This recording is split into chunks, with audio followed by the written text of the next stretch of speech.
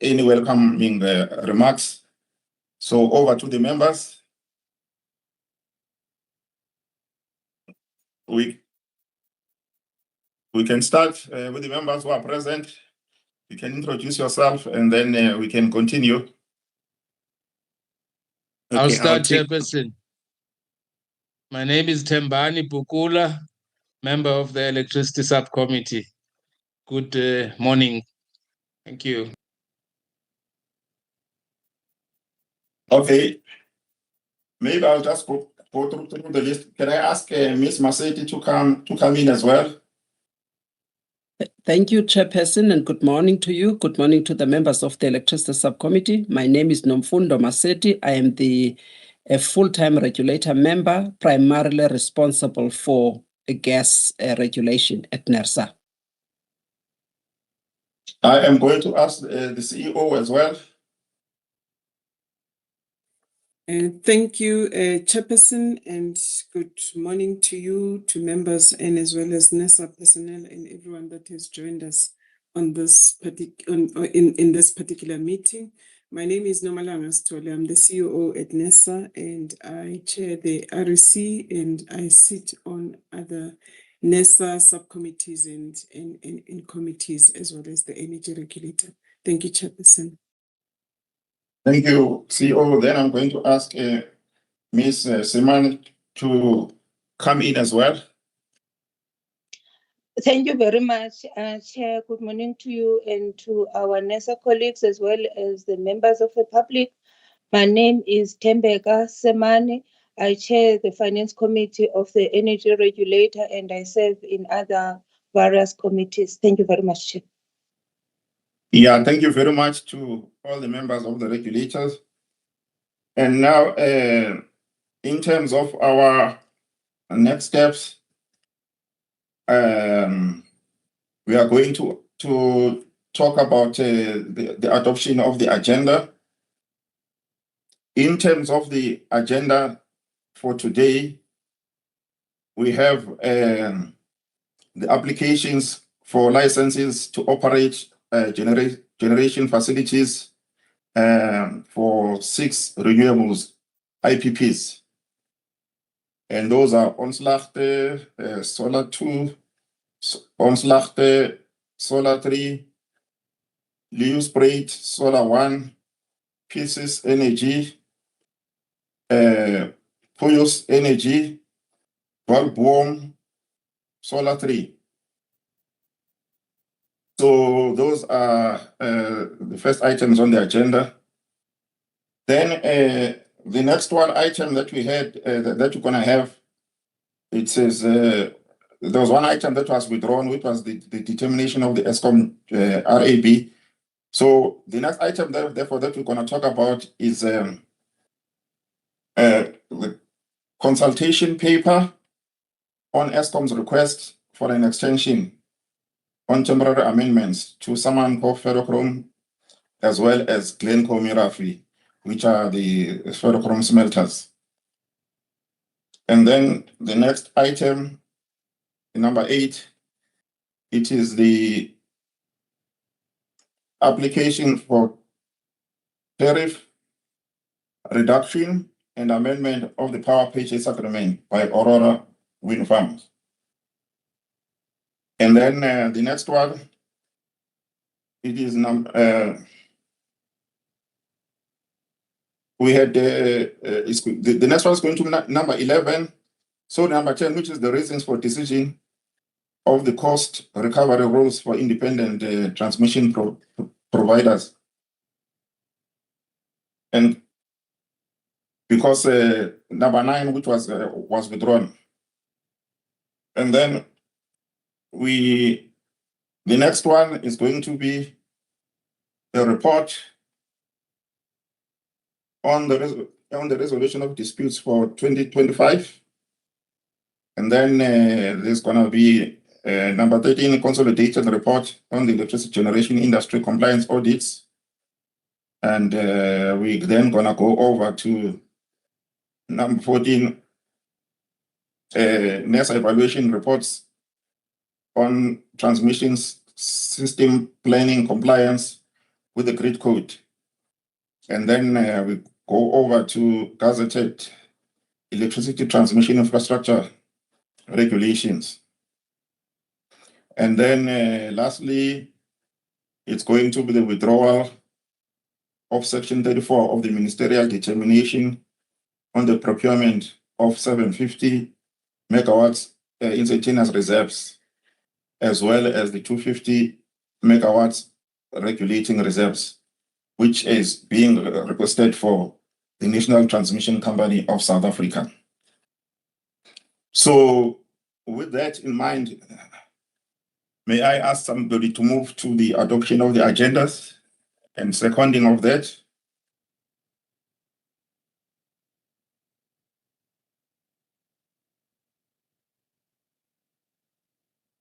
Mr. Mkize, I see Miss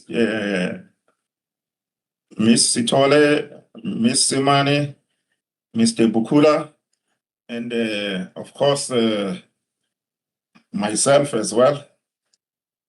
Thank you.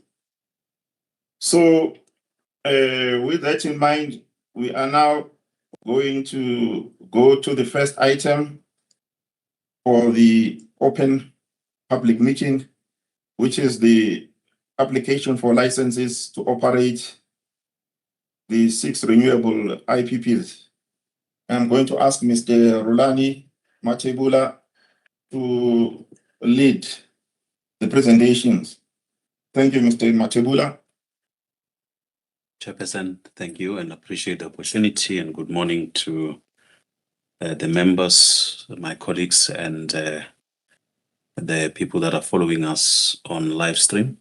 Chair, the purpose of this submission is for the subcommittee to recommend to the energy regulator the approval of the issuance of licenses to operate generation facility for the 6 independent power producers. As you have read them, is Oslachte Solar 2 and 3, Louis Spreight Solar 1, Precis Energy, Lupus Energy, and Dwalborn. Chair, the application was published, and we had scheduled a public hearing, Chair, on the in this past month, to be specific, on the 13th. I just want to get the specific date, that on the 13th of January, Chair, that we had planned to have a public hearing. However, there were no registration for that public hearing. The members went ahead to go through the aid memo, which was presented on the day. And the Chair, I must confess as well that this was published on Business Day on the 20th of November 2025, as well as Network 24 on the same date. We have not received any objection to this application. And Chair, the team analyzed the submission or the application in terms of its technical, financial, economic, and regulatory, as well as legal requirements, following our own internal processes, and found the applicants to be compliant with the requirements.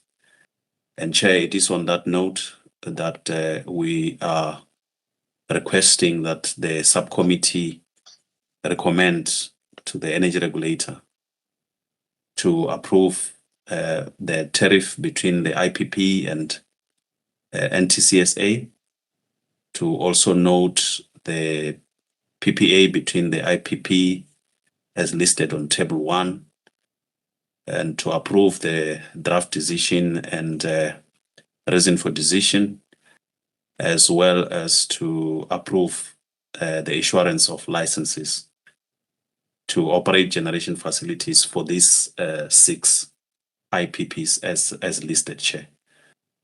That is our submission. We will take comments. Thanks. Thank you, Mr. Matebula. I'll now open it to members of the regulator. If they've got comments or questions, if they can raise their hands.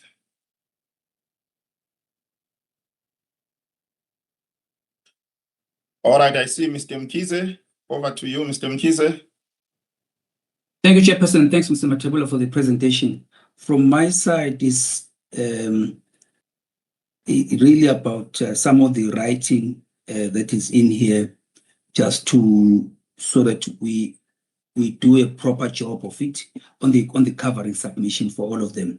Like on the first one, you're referring to the applications for licenses to operate generation facilities by 6 renewable energy independent power producer procurement program, bid window 7.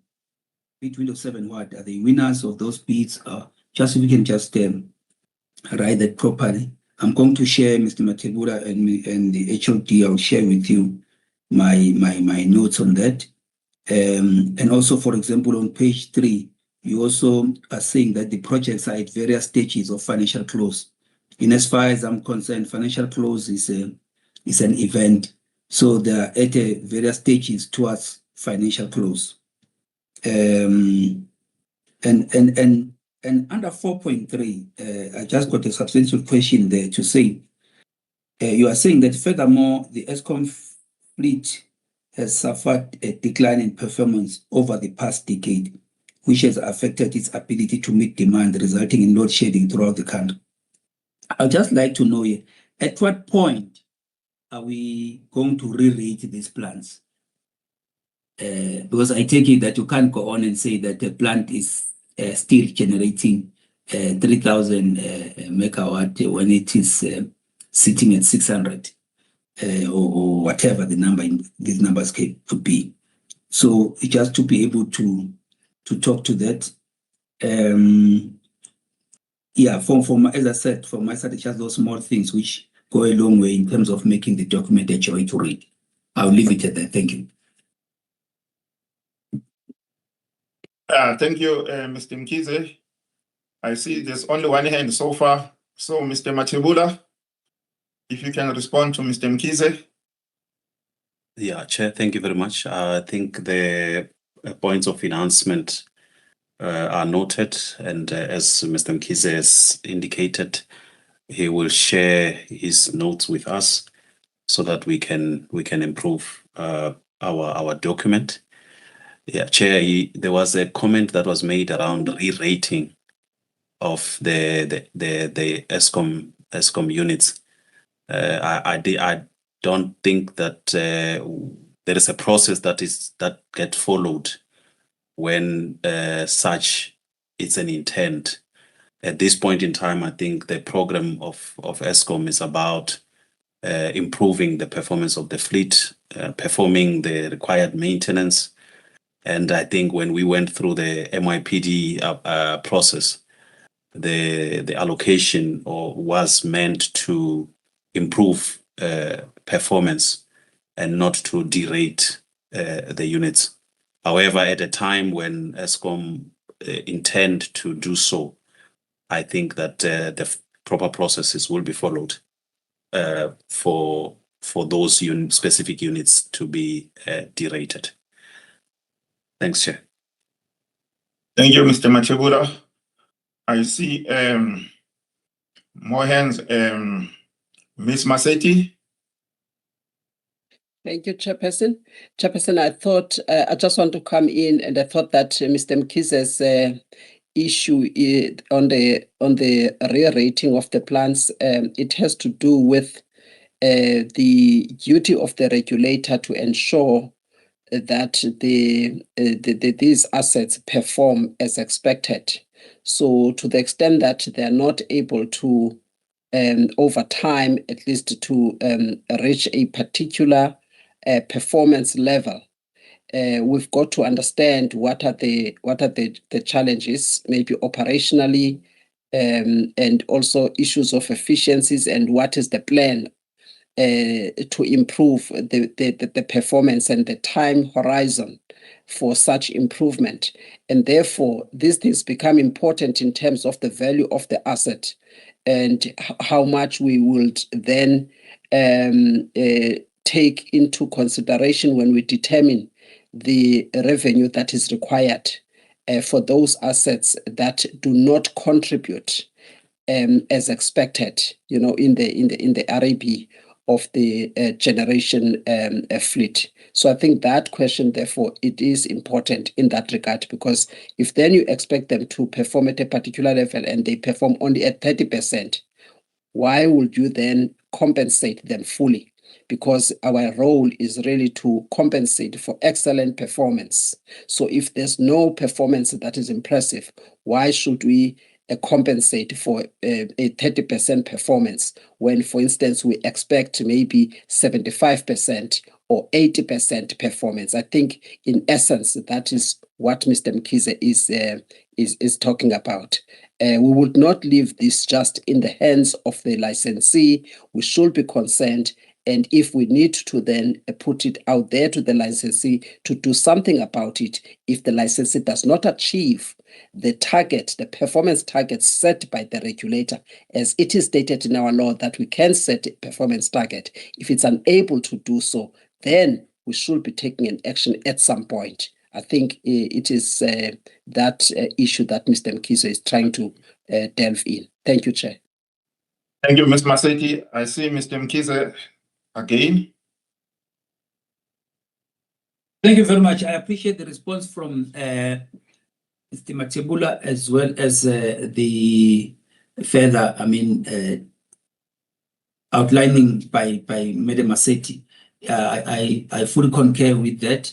And I would just like to say that I think, without delaying the meeting in terms of the discussion or the issues at hand, let's note that as a next step or an action item, because for me it's important it's neither here nor there as to whether they are re-rating themselves or not. It's for us as a regulator to take that responsibility of not being very clear as to the capacity that we really have on the ground, and not fool ourselves that we've got capacity when we actually don't. I think it's in the same vein that we're registering these other generators to have a good picture, and it's information that assists in terms of proper regulation, efficient and effective regulation. Let me stop here. I'm covered if that is going to be taken as an action item without delaying a meeting, Chair. Thank you. Thank you, Mr. Mkhize. Mr. Matebula, I trust you've heard the comments. Any response from you? Yeah, Chair, it's as indicated, it's noted. I think the discussion will continue, Chair, when we present the performance monitoring reports for Eskom. So I think the data that will be presented there will talk to the matter. So I believe that the discussion will continue on that item, Chair. But it's noted, and we myself and team will work on it. Thanks. Thank you, Mr. Matebula. I think on that note, we are now going to move to a vote by show of hands by the members of the regulator. Or before we do that, can we just read again the decision that we are required? If you can read it for the record, Mr. Matebula. Chair, thank you.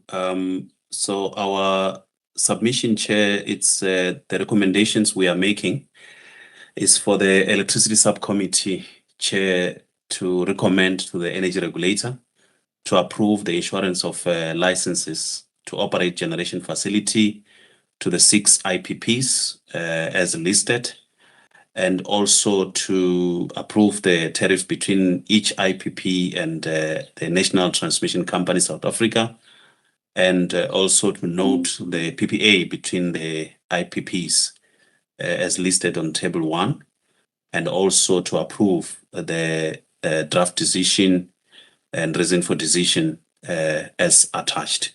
Thank you, Chair. Thank you, Mr. Matebula. On that note, then I'm going to ask the members of the regulator to indicate whether they are in support or not in support by raising their hands.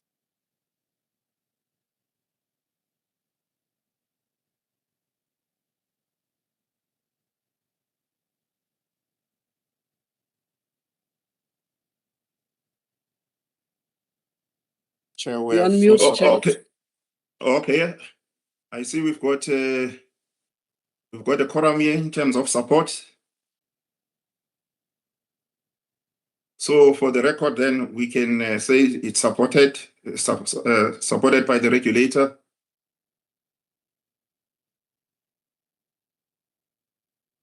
And then on that note, then we are now going to move to the next item, which is number 7, publication of a consultation paper on ESCOM's request for an extension for Samanco as well as Glencore Merafi. I'm going to ask again Mr. Matebula to take us through that.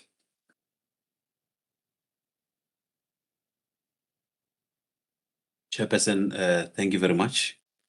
Chair, this is an application from ESCOM who have requested the regulator to extend the take-or-pay agreement that was initiated in August last year, and it for 6 months, which ended the end of January, which is the last month. Chair ESCOM requested that be extended by another 12 months. And Chair, unfortunately, the application was only received on the 14th of January, and it could not be concluded before the end of January, which only gave us 16 days. And we could not obviously conclude all regulatory processes in 16 days, including publishing it for comments. So the request here today, Chair, is that we publish the consultation paper on this request by ESCOM so that we can allow the stakeholders to provide inputs and comments as required by our processes before the regulator can make a decision. So the request, Chair, is for the subcommittee to note the request by ESCOM and also to approve the publication of the consultation paper, and also to note the proposed timelines outlining the milestones from on this process, Chair. That's our submission on this document. Thanks. Thank you, Mr. Matebula. We'll now open it to the members of the regulator if they've got comments or questions or more contributions. Thank you.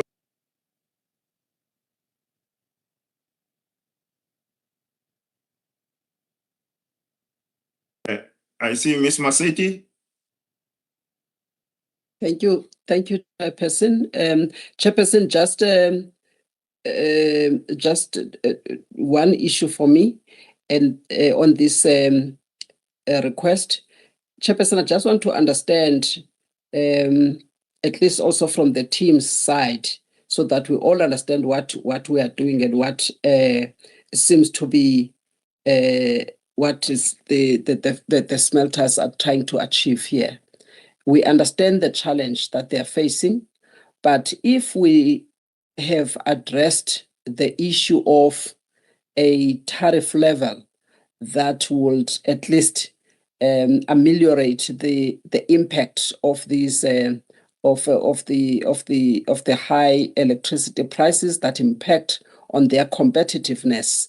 If that is addressed and addressed properly in terms of the sustainable tariff, why would there be a need again to make an adjustment insofar as the take-or-pay clause is concerned?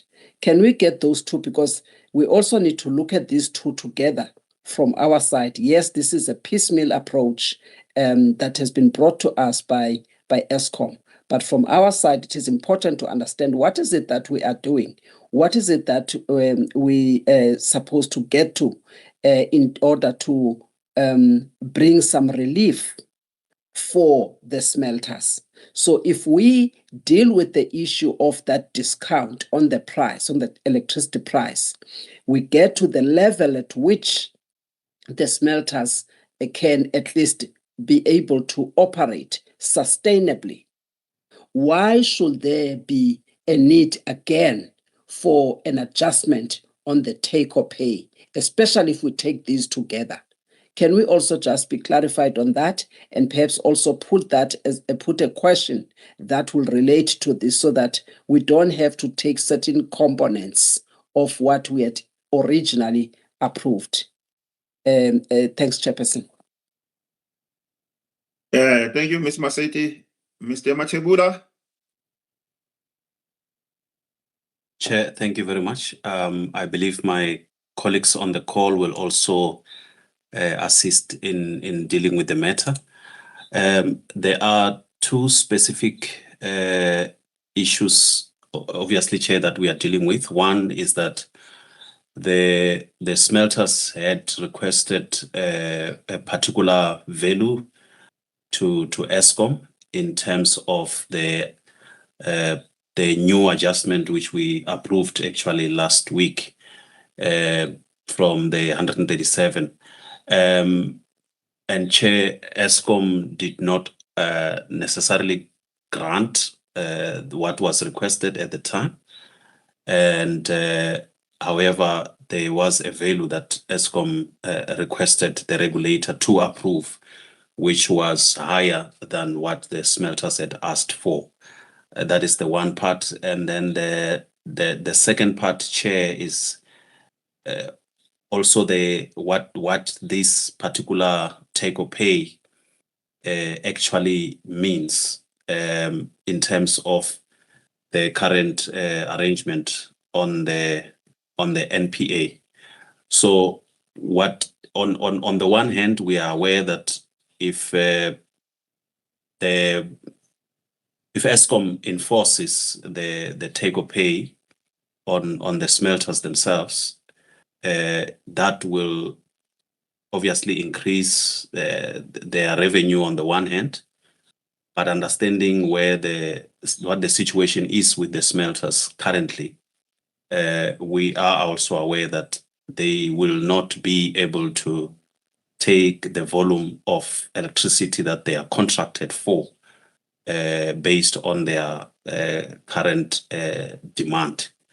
And that, Chair, will obviously, if they go along with the take or pay, it will obviously increase their financial burden due to ESCOM, because they will be expected to pay even for the megawatts that they didn't use.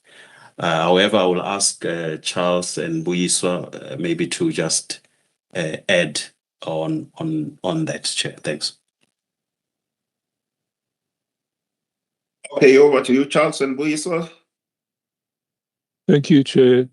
The issue is that ESCOM have indicated that even with the new price, certain smelters won't be able to start up again, or won't be economic to start up again. So there's still a requirement for the take or pay, because if this waiver of the take or pay is not approved, then those smelters would close permanently. That is the essence of the problem, Chair. Thank you. Thank you. Now, may I then ask Mr. Mkhize as well? I see his hand is up. Thanks, Chairperson. Thanks for the responses. I just like to confirm if my understanding is correct, in that the waiver of itself doesn't mean that there is no other take or pay contract that can be entered into as a commercial agreement between Eskom and the clients or its customers, the smelters, based on the fact that even during the public hearing on the NPA itself, is that they are still in negotiations and talking. That the understanding is that we waiving this take or pay place at 70%, but it doesn't mean that they cannot agree on something else which is equivalent to that or not. We're just leaving it to them to make it a commercial agreement. If my understanding is correct, that this removal of the waiver effectively does that. Because if it does, then I'm actually in full support, and I don't think that we're in any event should bang our heads around it. Just want to make sure that my understanding is correct. Thank you. Thank you, Mr. Mkhize. Mr. Matlebula, any response? Or maybe before that, can we also ask Ms. Maseti? I can see her hand is up. Ms. Maseti. Thank you, Chairperson, for the opportunity. Chairperson, I got the response from Charles, but it still did not address my key concern with regards to what the smelters are saying that it is their challenge. So if, for instance, the smelters were to achieve the 62 cents per kilowatt hour that they are saying in their justification, will be the level at which at least they believe that they can operate sustainably. So if they were to achieve that, will there still be a need for the waiver of the take or pay clause? So this is, I'm just flipping the way that I've asked the question, because this is what I'm trying to get here. Why do we need both if we can assist them fully in giving them what they want, what they believe could assist them and put a relief? Why will there be an extended relief through take or pay when that price of 62 cents is achieved? That's exactly what I was trying to get to. Thank you. Thank you, Ms. Maseti. I also see Mr. Bukula as well as Mr. Mkhize. So starting with you, Mr. Bukula. Thank you, Chairperson. Chairperson, the issue of the waivers, I think Charles has explained. Let's say right now that these other smelters, I mean, they've already indicated that the price that we gave, the 87.74 cents, they're unable to continue with it. So if you didn't have a waiver for the take-pay agreement, they will have been required to be taking or paying as we speak. The second thing that is being guarded by this waiver is that we have not concluded this other agreement that they are wanting, and maybe in the conditions that we would have when we conclude the other agreement with the 62 cents, then we will not. We will then maybe have to say that then the take or pay waiver is not is not the take or pay part is waived. So I think this is a stopgap for us to get to the other 62 cents, and that's what they are requiring. Charles, if I've misexplained, please assist. That's correct, Mr. Bukula. Okay, thank you, Charles, and thank you, Mr. Bukula. Also, I think Mr. Mkhize's hand was also up at one stage. Yeah. Thanks, Chairperson. From my side, I think even the question that Madam Maseti is raising, I just want to make sure that my understanding is correct, because I take it from the point of view that they are still in discussions And by waiving, we're meaning that we leave it to them as a commercial agreement or arrangement. If, for example, they were to settle at 62 cents per kilowatt hour, and then include a take-or pay with that, whether it's sitting at 70 or 60, it's neither here nor there.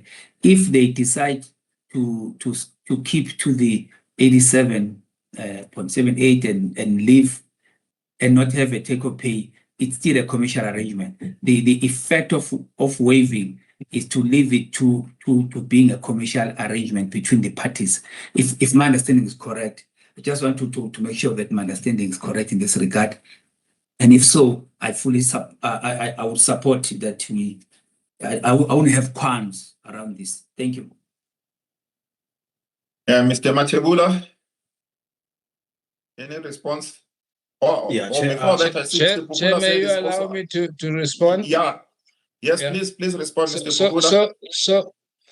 Mr. Mkhize, in the original agreement of 135 or something, which was a reduction from 2 rand and something cents, we put in the take-or-pay agreement to say we are reducing the price for you so that you can continue with your operations. But in that reduction, you are now required to take the power that we have reduced, we're selling it at a cheaper rate. If you don't take it, you pay. In the part where we waived it, in the first request where we're waiving it, it's when they're saying they're suffering. But the point I'm making, Mr. Mkhize, is that once we go to 62 cents per kilowatt hour, we may have to revisit this decision. So when we make this decision, we are going to say we are making it for now. The price is 87 that we are waiving, but at 62, which is the price that they are saying they can go and meet all of those conditions we had set initially, then the take-or-pay agreement is not waived. Thank you, Chair. No, thank you, Mr. Pukula.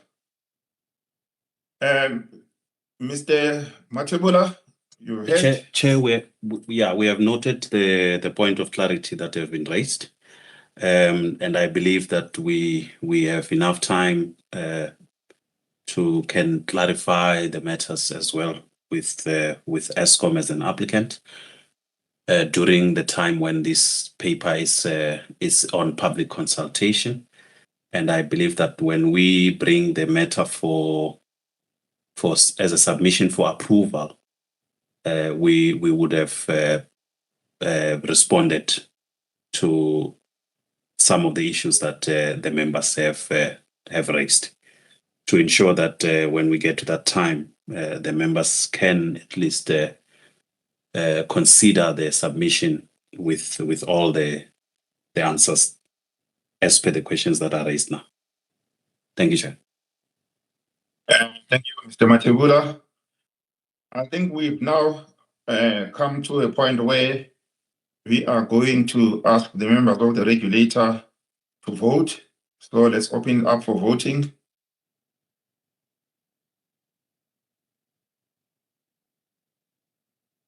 Chair, I think we need to read out the resolution that members are voting on. Okay, thanks for that reminder. Mr. Matebula, can you read the recommendation as per the submission? Thank you, Chair. So the request is for the subcommittee, one, to note the request by Eskom for an extension of the take-of-pay waiver with Samanco Chrome and Glencore Merafi Chrome Venture Ferrochrome smelters for a period of 12 months, which is also attached as Annexure B.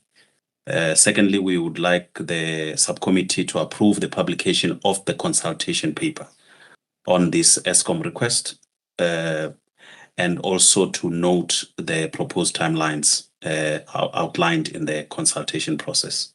Thank you, Chair. Thank you, Mr. Matebula. With that, I see Mr. Mkhize's hand is up. I don't know whether, okay, we can maybe continue to do the voting by show of hands. I see Mr. Mkhize. Mr. Maseti, Ms. Tole.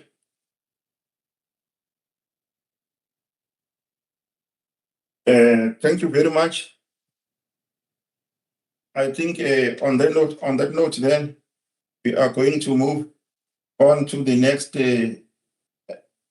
item, which is number 8, application for tariff reduction and amendment of the power purchase agreement by Aurora Wind Farms.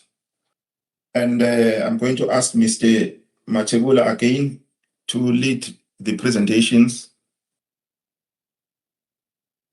Thank you, Chair. I would request that maybe on this submission, I hand over to Mr. Hore, just to brief the members on this submission, Chair, and also indicate the recommendation. Thank you very much. All right. Good morning, Chair, members, and staff. This submission is for the refinancing project. The tariffs for bid window 1 to bid window 4 were higher than the bid window 5, primarily for 2 reasons. The first is that of risk premium for these projects, which were high because that was the first time that the country was conducting this program. Secondly, the cost of the technology itself was substantially higher. And from 2010, the cost of this technology started to go down. So these relatively high tariffs created a perception that these tariffs were overpriced. And in response, the then DMRE, together with the stakeholders, IPPs, lenders, and so forth, formed a task team on how the tariffs could be revised downwards without compromising the integrity and credibility of the procurement program. Since its inception, 30 IPPs applied and received approvals for this tariff reduction through refinancing. Refinancing is when these IPPs are allowed to renegotiate the tariff conditions with their lenders so that they can now, whatever net present value gain that is achieved can be shared between the IPPs and the customers through reduced tariffs. So Aurora is one of those applicants that applied for the tariff approval reduction. The application itself did not go through the public participation process because it's based on financial information that the energy regulator have already ruled to be confidential. And the tariff reduction in this instance was possible through the increase in debt, because debt is always cheaper, and as well as the reduction in debt margin and the increase in the payback period, which allowed the investors or the shareholders to continue receiving dividends while servicing the debt. The Electricity Subcommittee is therefore requested to approve, as recommended on paragraph 5 of 29 of the submission.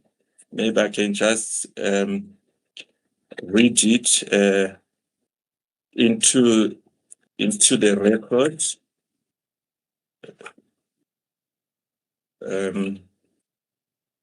Let me assist you, Mr. Hore. So Yes, the recommendation, Chair, is that the subcommittee approve the tariff reduction and also note the inclusion of the reduced tariff in the PPA and the consequential amendments of the power purchase agreement. Those are the 2 recommendations, Chair. Thank you. Okay, thank you for that. I think then at this stage, we are then going to open it up to the members of the regulator if they've got questions or any comments.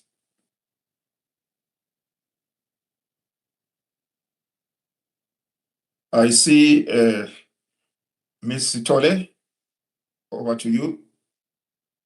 Thank you, Chairperson, and thanks to the presenter. Chair, mine is just a point of enhancement to say that maybe under the motivation, paragraph 5, we need to emphasize the fact that this application does meet or is in line with the refinancing protocol.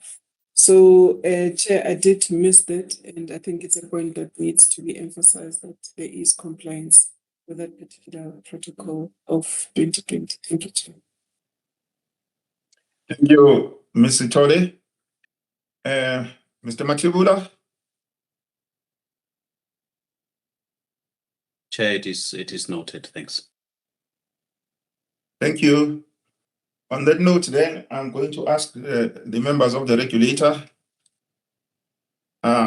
if to start voting if they are in support. Thank you.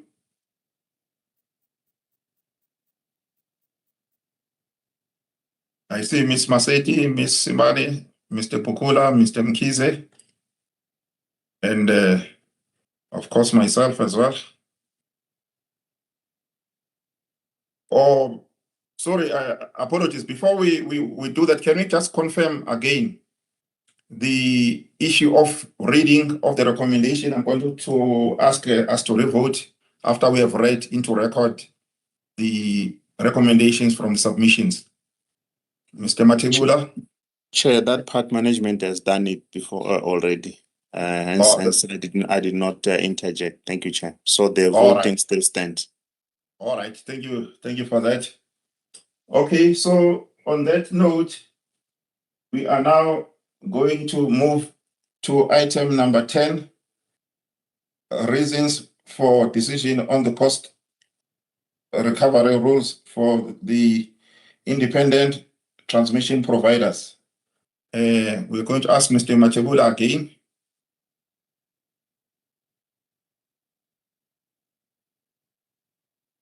Chair, thank you.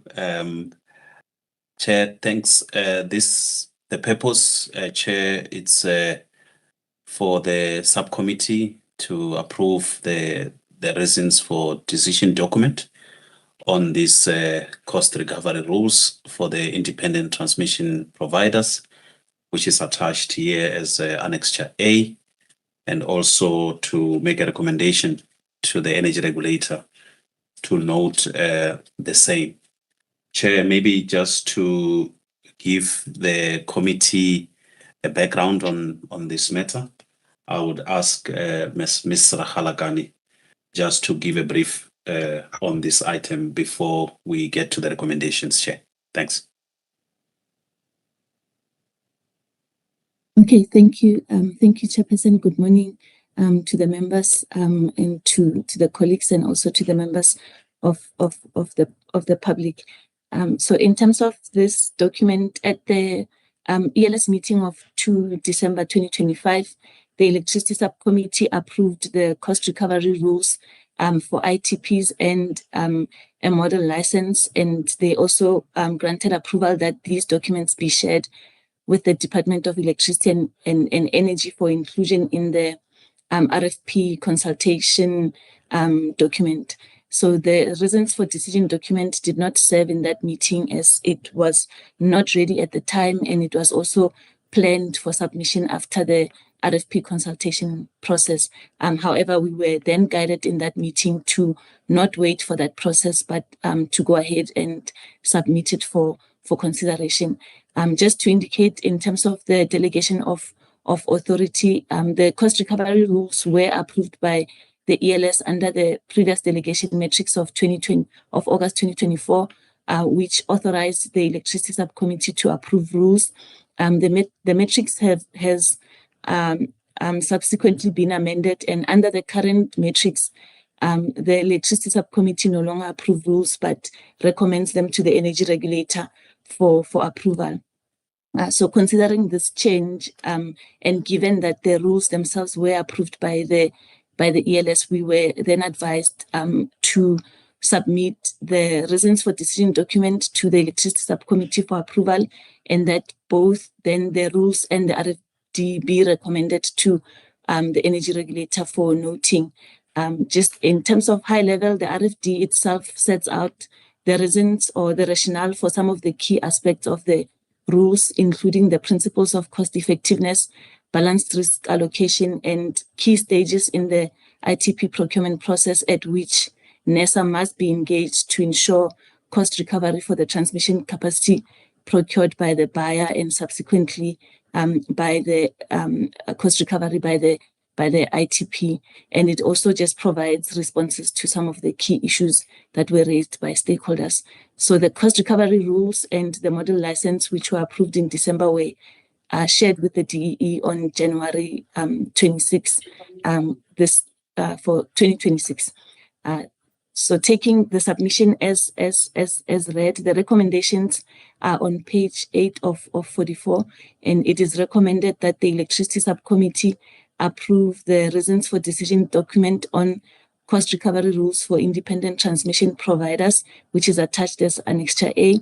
And it is also recommended that the Electricity Subcommittee recommend to the Energy Regulator to note the cost recovery rules and the reasons for decision document. Thank you. Thank you. I'm going now to ask the members to post any comments or remarks. I see Ms. Maseti. Thank you, Chairperson. Chairperson, the remark that I'm going to make is not necessarily something that must change the reasons for decision or, the decision that is sought on the reasons for decision. However, I would request the team to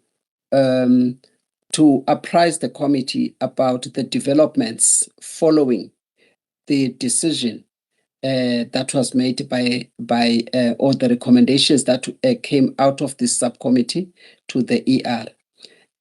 I think part of that development is what Mr. Pukula had anticipated with regards to our close not collaboration, because the regulator doesn't collaborate with anyone except to just work closely and understand what are the issues. But it is an issue around whether the Office of the Independent Power Producers would have a comment looking at the provisions of the rules. He made that point in anticipation because it is something obviously that we need to make sure that the rules will facilitate investment and will not impose any unreasonable hurdles. So it is important that therefore the committee be apprised following the decision of the regulator on the cost recovery rules, the issue that was raised, of which issue will be brought officially. However, as we are dealing with this issue and following the decision, I thought that it is important that the members, and as it is something that was anticipated by one of the members of this committee, that at least they be apprised. Thank you. Ms. Maseti, can I also ask Mr. Mkhize to come in? I'm covered. I would just like to say that it would also assist for the team to take this through language editing. Thank you. Thank you, Mr. Mkhize. Mr. Machebula? Thanks, Chair. I would like Ms. Rakalakani to start the conversation. I think there are other members in the T committee that will also add, including the HOD, Mr. Shozi. Ms. Rakalakani, you may proceed. Okay. Thank you, Chairperson. Yes, as Ms. Maseti has already indicated, following the approval of the rules and the draft model license, the documents were shared with the DEE and then the IPP office, and there were some issues that they've highlighted with the current rules, which they've indicated that may have an impact on the bankability of the projects, as they do not mainly align properly with the current draft transmission service agreements. And the issues were mainly pertaining to some of the definitions of the recoverable costs that we have in the rules. And one example being the issue around termination costs, where our rules basically indicate that termination costs will be allowed as a pass-through for events that are beyond the reasonable control of either the buyer or the transmission service, the independent transmission service provider. So these are just some of the issues that they've indicated that we will need to find alignment on before they issue the tender, because they are of the view that if we allow termination costs based on certain conditions, it might deter the investors. But they have indicated that they will submit an official communication just indicating what they find to be a challenge in particular with regards to some of those costs. And the issues are actually also highlighted in the submission from paragraph 5.16 up to 5.22 in detail. I will stop here, Chairperson, and maybe some of the colleagues can also add if I've missed something. Thank you.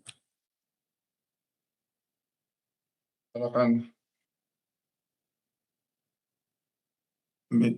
Shogli, at one stage your hand was up. Good morning. Yes, my hand was up. I dropped it because I'm covered with Ms. Rakhalakani. We are waiting for an official letter highlighting the actual issues on the CRR. Based on that, we will formulate a submission that will come to the ELS as detailing what are the issues and also provide a recommendation to that effect. Thanks, Chair. We anticipated to receive it this month. If we receive it early, we'll endeavor to take this up, to take it for the ELS of March. Thanks. March. I think that then at this stage we are going to ask the members to vote. Thank you. Mr. Bukula, Ms. Maseki, Mr. Mkize, and Ms. Sitole.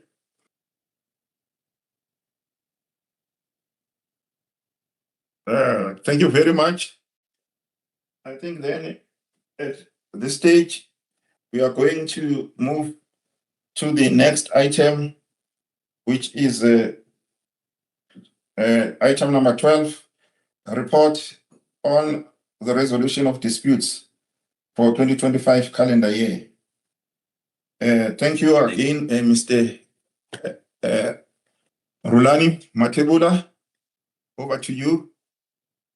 Yeah, Chair, the main purpose here was just to appraise the committee with regard to the number of dispute resolution that the team has been dealing with, and obviously to indicate some of the specific themes that comes out of these disputes. I will ask Ms. Mthembu to just summarize the details on the report to allow the members to seek clarity before we deal with the recommendations. Thank you, Chair. Good morning, Chairperson, members, management, and members of the public present on this platform. The purpose of the submission is for noting. I would like to take it as read. However, I would like to just highlight some of the pertinent issues on the submission. Firstly, we have noted the significant rise of complaints and disputes received within the calendar year 2025. We received specifically 1,114 and we resolved 1,085 and closed them in less than 120 days. And the 29 that are pending, they are still within the 120 time frame. That translates to a 98% success rate. The stats are indicated on tables 1, 2, and 3 and 4. Another issue that is pertinent that we would like to just highlight is the investigations.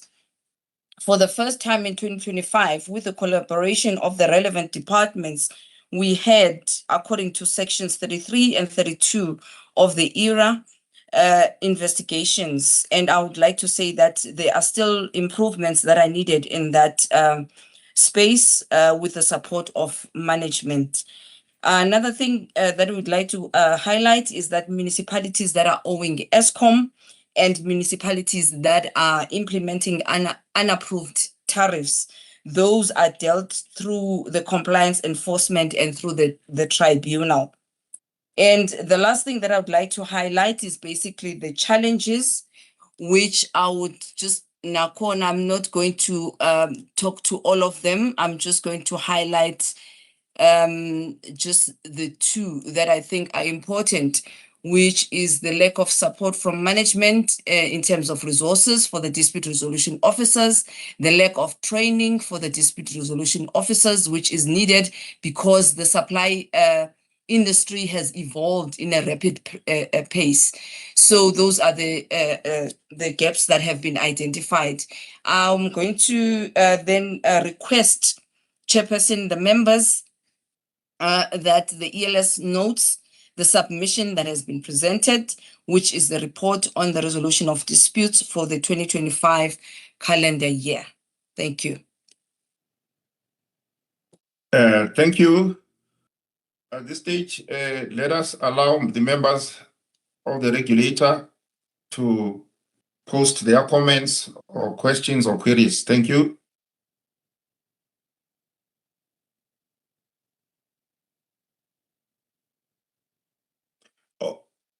At this stage, Ms. Maseti, in terms of comments, followed by Ms. Sitole, followed by Mr. Mkize.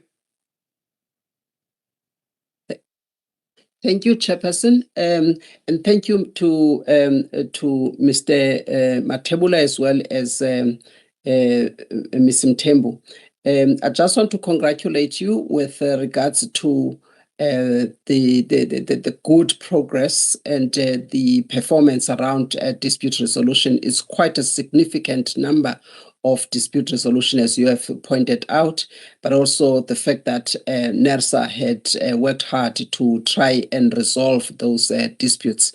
And Mr. Majola, you must have seen a very long email and the beautiful words that were said by stakeholders with regards to the challenges, significant challenges that they had faced, and the fact that and the manner in which NERSA had handled the disputes and the positive outcomes that came out of that. So this is just some of the sentiments shared by people that lodged those disputes with NERSA, just appreciating NERSA's efforts in trying to deal with those matters to deal with those matters positively, and also in the interest of consumers that were affected and other stakeholders.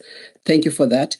I would also just, I'm noting also the fact that there is a need, obviously, of capacitating NERSA in terms of improvements on enforcement, but also in terms of the investigative techniques that the team needs to be exposed to through training.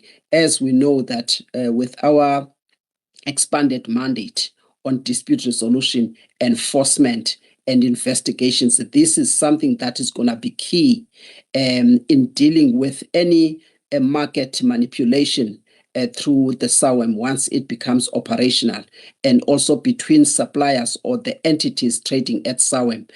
So our mandate has now been extended to deal with disputes between the suppliers themselves, not only between supplier and a customer, but even beyond that. So it is something that, yes, you have pointed it out correctly, Ms. Mthembu, that indeed the energy regulator must now look at its own resources, its capacity, and provide an opportunity, if we're to be effective, for training and capacitating the staff. I just wanted to emphasize that, Chairperson. Thank you very much. Thank you very much, Ms. Maseki. Mr. Tole?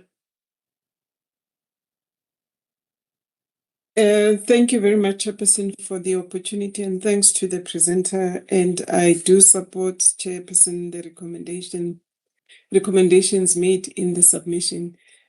Just for clarity and as well probably for enhancements, I see that the report is based on the financial year, which is from the 1st of January to December, as opposed to aligning it to the NESA financial year, which is 1 April to the 31st of March. So what I wanted to find out from the team is whether there is going to be the last quarter report, just to bridge the gap that is going to miss in terms of the report, in terms of reporting as per our financial year for March, from January now up until the end of March, Chairperson. And I think if not, Chair, maybe that's one thing that we can try and look into in terms of improving the plan and as well as the reporting by aligning it to the NESA financial year. Thank you, Chairperson. Thank you, Ms. Tole. Mr. Mkize? Thanks, Chairperson. Thanks, Mr. Matebula and Madam Chair for the presentation. I appreciate the report. I just would like to know, for example, you've got on page 6 of 17, under 6.3, that last sentence which reads, customers remain at a disadvantage as these two licensees are still implementing unapproved tariffs. I just got a concern in terms of the handover to compliance monitoring and enforcement once this stage has been, or this phase has been finalized. For me, it remains an indictment if we have such statements, as well as I think the same with reseller charging unapproved tariffs. So in terms of the following up on this and taking drastic action, I think that should be, for me, something that we focus on, because even sometimes where they need to also find ways where customers are not fairly treated, that this thing is followed up to the extent that there are consequences to deter such behavior. I will leave it at that. So just Mr. Matebula, the team to note that and be able to action so that really we become strong when it comes to compliance monitoring and enforcement. Thank you. Thank you, Mr. Mkize. Over to you, Mr. Matebula and team, for the responses. Yeah, Chair, I think the comments are noted, and I think the inputs from Ms. Maseti are true and correct, and we continue to receive good feedback from stakeholders who were successfully assisted through our complaints and dispute resolution processes. And we are aware of the need for us to relook at our capacity in terms of the number of resources that we have, as well as the type of training that we expose our resources to. So, Chair, that is a continuous process that we work on. I recently also had a session with the team to also deal with the issue of integrating our processes, whereby we should be able to see how our processes actually complement each other. And to give an example, on one hand, we have got a section that is receiving a lot of complaints and concerns from stakeholders, but we also have got a section that deals with customer education. And we also have a team that deals with compliance monitoring. So, and these are the, so I was addressing the issue of integration so that we can make sure that what is received from the one hand, it's also passed through for implementation on the other. So if there are areas of that we're receiving complaints that requires that we need to improve on our education, we need to be able to manage that. So that is also one issue that we had identified, and we are working on it. On the issues of municipalities that are implementing tariffs that are not approved by the regulator, Chair, we have referred that to the tribunal, and I believe in the next tribunal sitting, some of the municipalities will be discussed there, and the tribunal will make its finding, and the process will unfold as stipulated in the Act. And we have taken note of the reporting period and frequency, and we will ensure that by the May ELS, we bring the report to conclude the financial year. Thank you, Chair. Thank you, Mr. Matebula and your team. At this point, then, I'm going to invite the members of the regulator to indicate their voting. Thank you.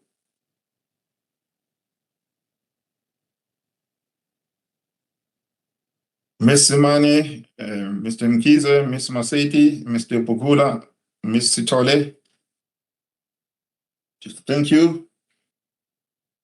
So on that note, then I'm going to ask us to move to the next agenda item, number 13.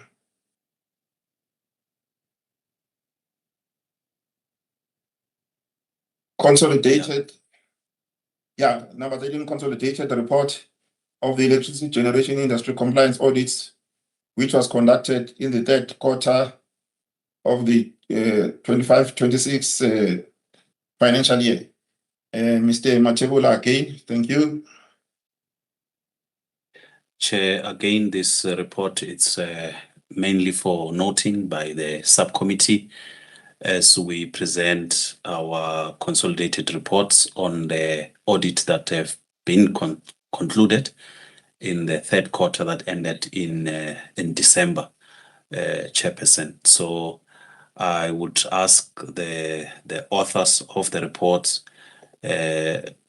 Ranamani and Ms. Moletsani, to take the members through in a brief before we deal with the questions and comments, Chair. Thank you.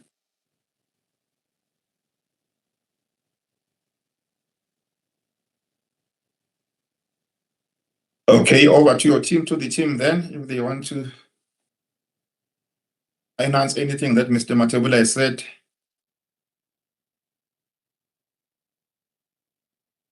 If not, we then going to ask members of the regulator if they want to raise any questions, clarity, inputs, comments. Thank you.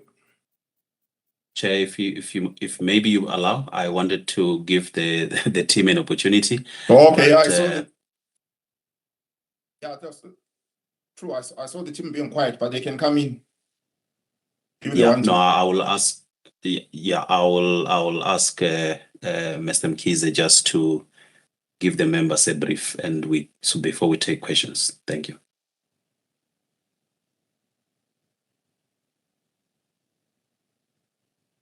Thanks very much, Mr. Matebula. Apologies for delay in responding. I was also struggling a little bit with my mic. Chair, Mr. Matebula, as you have said, this was a report with regards to the summary of all the audits that took place in the third quarter. The licensees that were audited are summarized on table 3. Most of the issues that were picked up during these Audits are summarized on table 4. So we take the report as having been read and ask that members consider approving this report for the purpose of noting the audits that took place in the third year for the GX or the generation licensees under our under NESA's overview or oversight. Of course, we are looking after both GX, TX, as well as distribution. So this is purposely compiled for the purpose of generation. Thank you, Chairperson, and over to you. Thank you. Yeah, Chair, just in addition, I must indicate that for every audit that is conducted, we put together a report. The report with its finding, it's shared with the licensees, and so that they are aware of the concerns that we have raised or the findings that we will be sharing with the regulator members.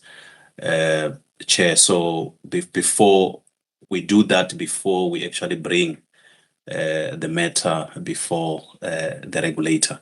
So all the listed entities that are on this report are aware of the findings that were made against them, whether they were fully compliant or non-compliant. I just wanted to bring that as well to your attention.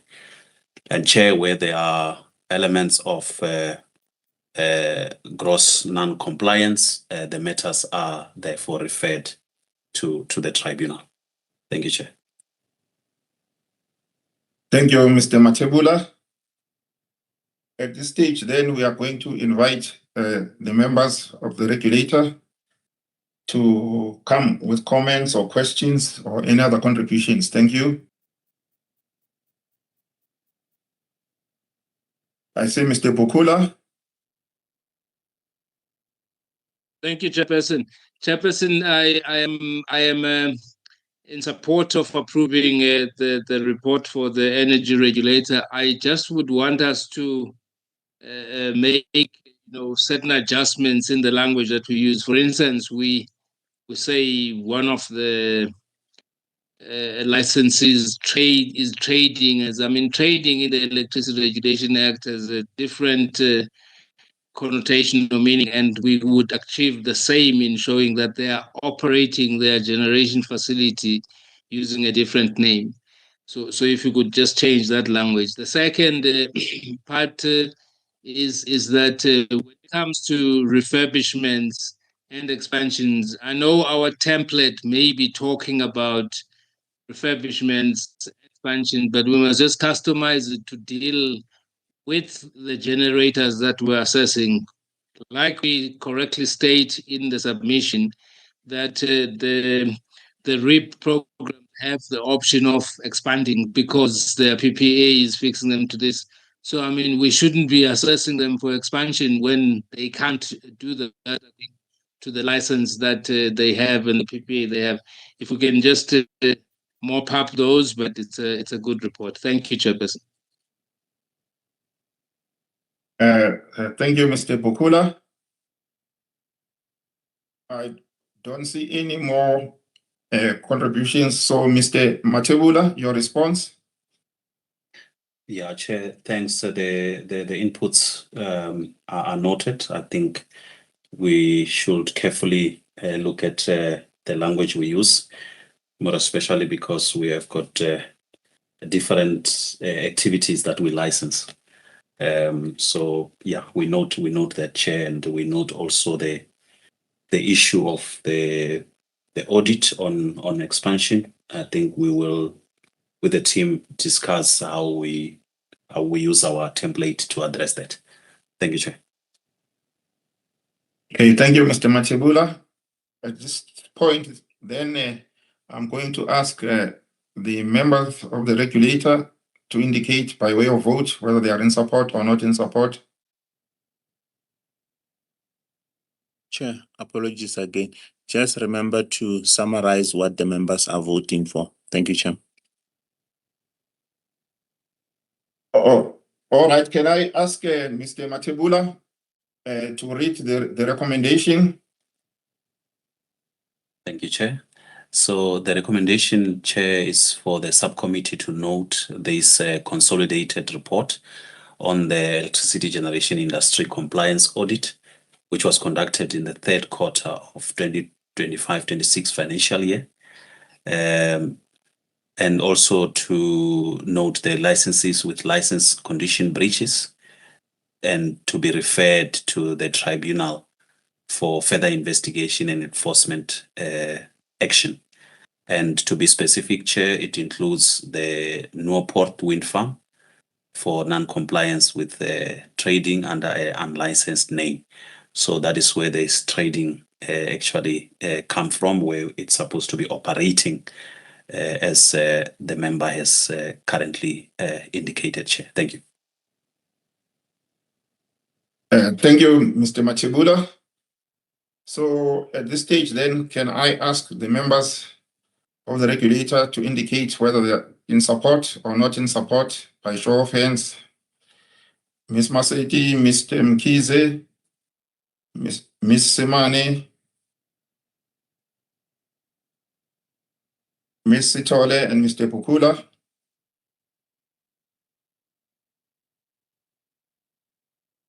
Thank you very much for that.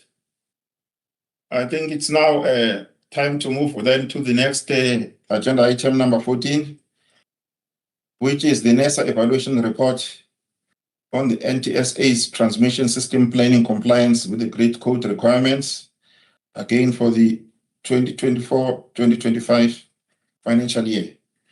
Mr. Matebula. Yes, thank you, Chair. And as you correctly indicated, this, Chair, is an evaluation report on the National Transmission Company South Africa as transmission system planning compliance with the grid code requirement. I will request Chair Mr. Mwasheng just to briefly take the members through, and we can take questions, Chair. Thanks. Okay, Mr. Mwasheng. Thank you, Chair. The purpose of the submission is to request the electricity subcommittee to note the NESA evaluation report and NTSA's transmission system planning for compliance with grid code requirements. The financial year is 24-25. It is attached as Annexure A. Looking at the delegation of authority, the electricity subcommittee is duly delegated as per clause 5.2 of the electricity delegation matrix of the 27 November 2025 to note the report on monitoring or auditing the state of compliance of licensees with license conditions. The audit approach that was used, the audit was conducted in line with NESA's framework for transmission expansion planning audits. And the NTSA was requested to provide a list of all transmission projects that were approved in 24-25 financial year. And the following projects were selected for evaluation. We've got the Aries first 500 MVA 400 to 132 kV transformer. We've got Krypton 400 to 132 kV substation. We've got Corona 400 to 132 kV transmission substation. Then we've got at number 4 is integration of 380 megawatt wind energy facility. This Agalhas FE Overbeck. Then we've got on at number 5 is Camel 275 132 kV 500 MVA transformer project. And at number 6 we've got Highveld Northwest Lowveld North strengthening phase 1B. Okay, in terms of the audit findings, the NTSA complied with all 73 grid code planning requirements that have been evaluated. However, while they complied with evaluated grid code requirements, we have just observed that much of the investment is done in the constrained areas like the Northern Cape and the Western Cape.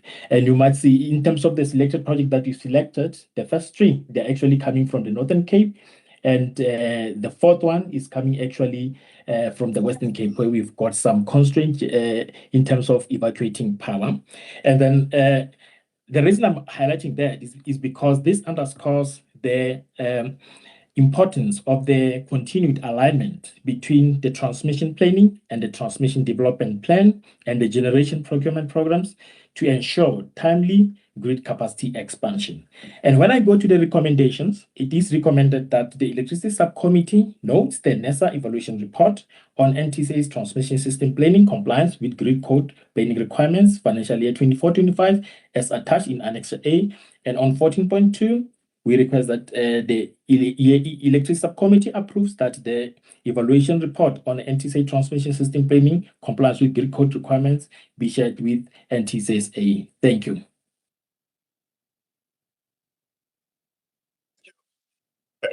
Then, can we ask the members of the regulator once again to come with their questions or comments or any other contributions?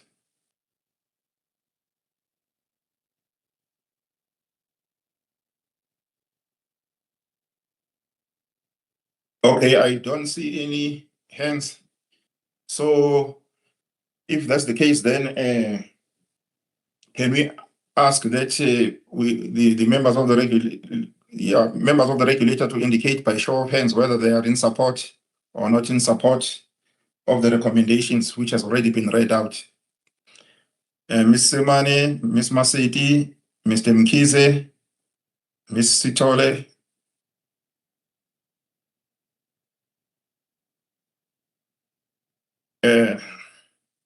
All right, thank you. And then at this stage, then we are going to move to number 15, which is the gazetted electricity transmission infrastructure regulations, which is an item for noting. Mr. Matebula.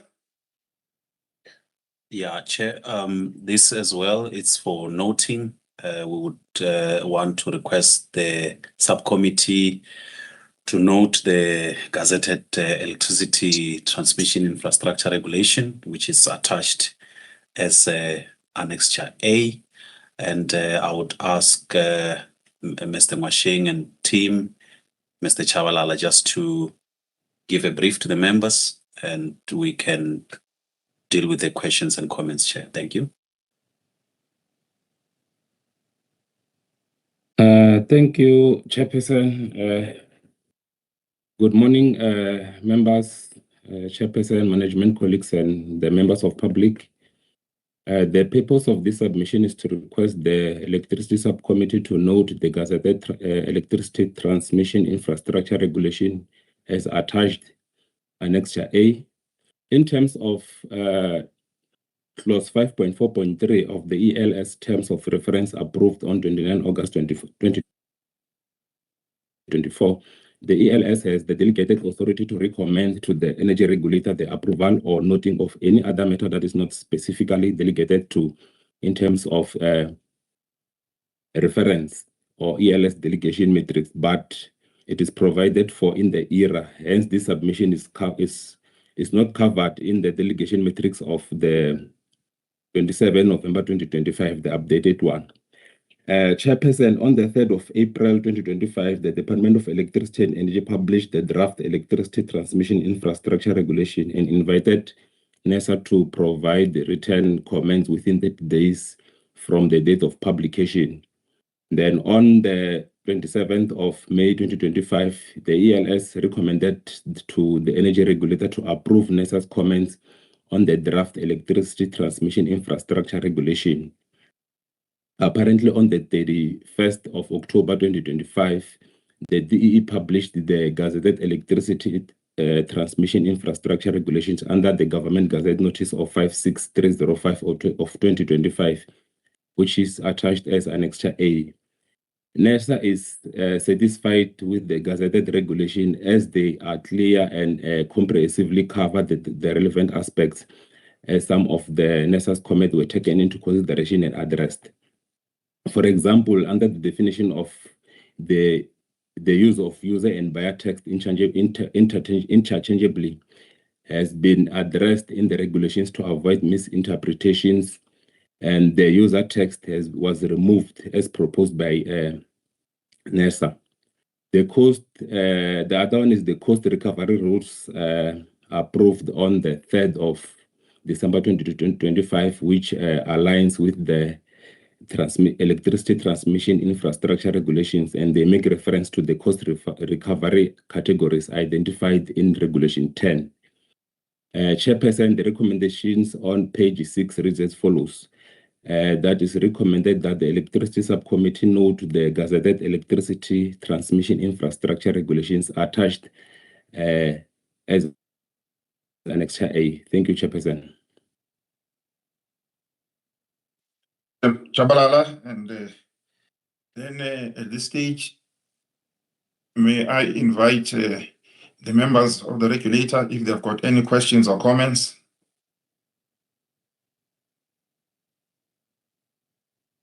I do not see any hands. So in that case, then we are going to move Chair, to ask. Chair, please allow me to interject, and I apologize. Chair, the colleagues have quoted the right citation in terms of the delegation matrix, in terms of this matter is not delegated to ELS. Therefore, they use the citation that is from the terms of reference, which in that case, any matters that is not delegated to this subcommittee can consider, either note or approve, but such matters needs to go to ER thereafter. So in this case, under recommendation, there's one recommendation missing, which is to recommend this matter to ER. And the colleagues will say, will indicate whether it's for approval or for noting, Chair. Thank you. Mr. Matebula, can you respond to that? Thank you, and thanks for the guidance from RSC. As the presenter indicated, Chair, this particular submission itself is not catered for in our current delegation matrix. So we have brought it here, and therefore that instead of the subcommittee just noting, but to also recommend to the energy regulator for noting, and mainly because it's not necessarily currently catered for in our delegation matrix. Thank you, Chair. Okay, thank you for that. So maybe going back now to the members of the regulator. So with that addition to the resolution, that it becomes a recommendation that is going to go to the energy regulator. Is there support? Let's see by show of hands. Ms. Maseti, Mr. Mkize, Ms. Sitole, Ms. Semane.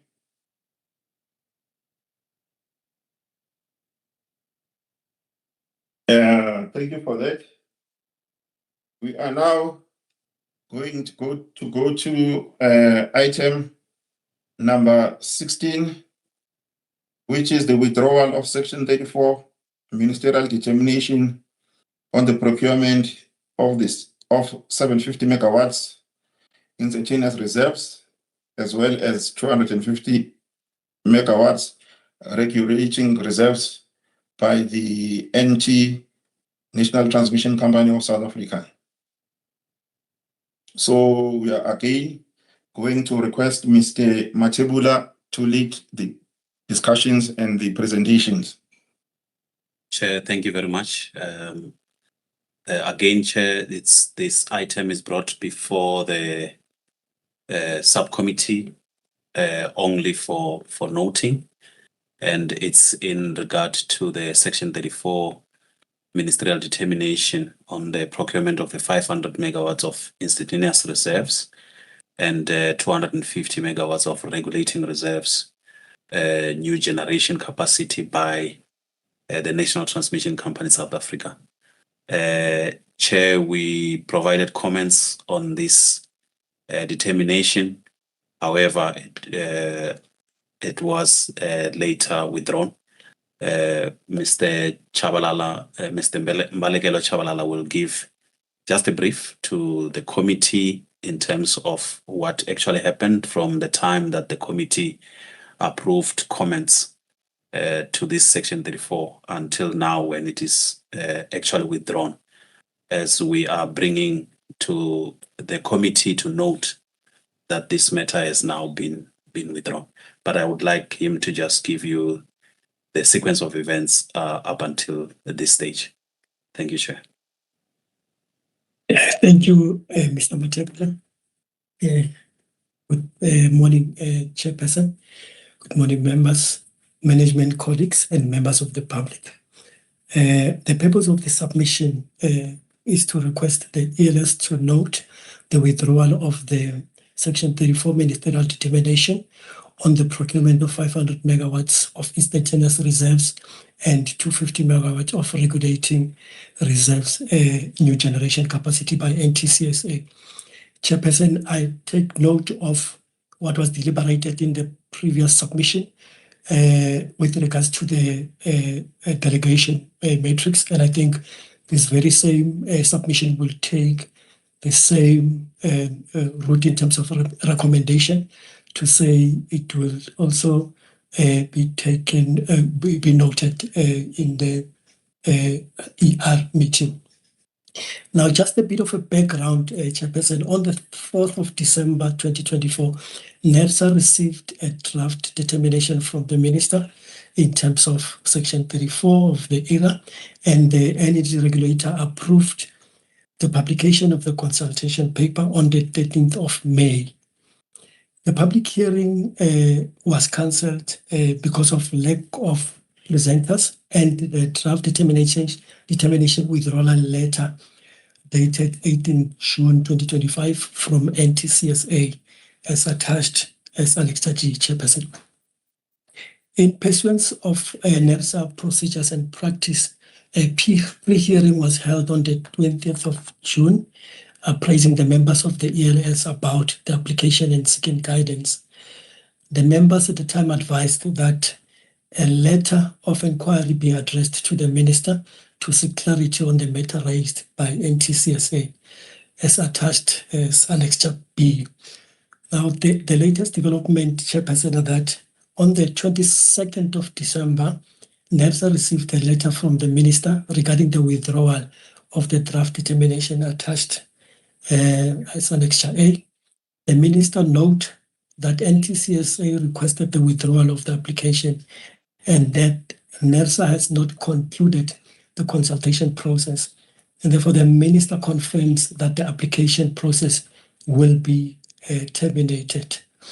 With regards to the recommendation, as I've indicated, Chairperson, it is recommended that the Electricity Subcommittee note the withdrawal of Section 34 ministerial determination on the procurement of new generation capacity of 500 megawatt of instantaneous reserve and 250 of regulating reserve by NTCSA. I thank you. Yeah, thank you for that. Chair, apologies to interject. Just to quickly inform you that Mr. Bukula have some urgent matters that he need to attend to, which require him to drop at any moment. Thank you, Chair. You may proceed. But the quorum is still intact.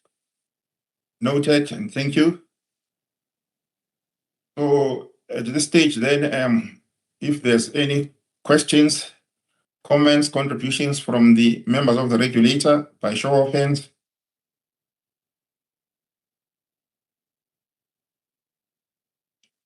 I do not see any hands. So can we proceed to vote? I see that the recommendations have already been read into the record. So can we show by hands? Ms. Maseti, Ms. Semani, Mr. Mkize, Ms. Sitole. All right. Thank you very much for that. So we have now come to the close of the portion of the meeting which was actually opened to the public. So we are now going to close the meeting to the public so that we can